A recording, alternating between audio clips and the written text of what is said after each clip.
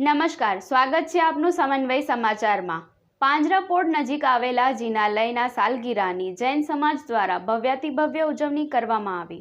આજે વડોદરા શહેરના પાંજરાપોળ ખાતે આવેલા જિનાલયની સાલગીરીની ઉજવણી કરવામાં આવી છે, જેમાં રાજમહેલ રોડ ઊંચી પોળ ખાતે આવેલ જૂની પાંજરાપોળ ખાતે પાર્શ્વનાથ ભગવાનના 18 અભિષેક કરવામાં આવ્યા, જેમાં દેશભરમાંથી પવિત્ર નદીઓના જળ તથા સુગંધિત દ્રવ્યો તથા ઔષધિઓથી પરમાત્માનો અભિષેક કરવામાં આવ્યો।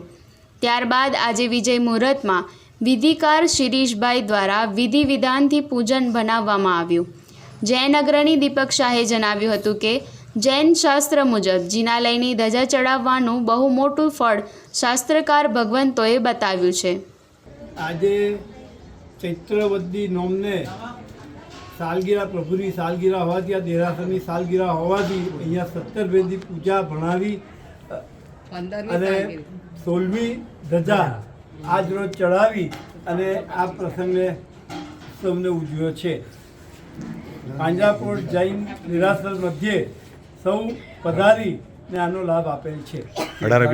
મૂળ નાયક શ્રી ધરણીધર પારસનાથ ભગવાન છે, જેમની આજે ધજાનો મહોત્સવ છે। આજે જે શિરીષભાઈ વિધિકાર, જેમને એમની વિધિ કરાવી છે, અને ઋષભ જોશી જે સંગીતકાર હતા, તેમને સરસ પૂજા બનાવી આજના ધજા પ્રસંગે મહારોપણનો આજે પ્રોગ્રામ કરેલો છે અને ભવ્ય ઉજવણી કરેલ છે। આજના લાભાર્થી કોણ હતા?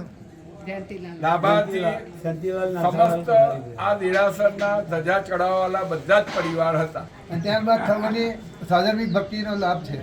આજે સમસ્ત વડોદરા જૈન સંઘના મહામંત્રી ઉરેશભાઈના પરિવાર નાથાલાલ કોઠારી દ્વારા ધજા ચડાવવાનો લાભ લીધો હતો। જૈન સંગીતકાર ઋષભ દોશીએ સંગીતમય રીતે પૂજામાં શાસ્ત્રીય સૂર સાથે બધાને મંત્રમુગ્ધ કરી દીધા।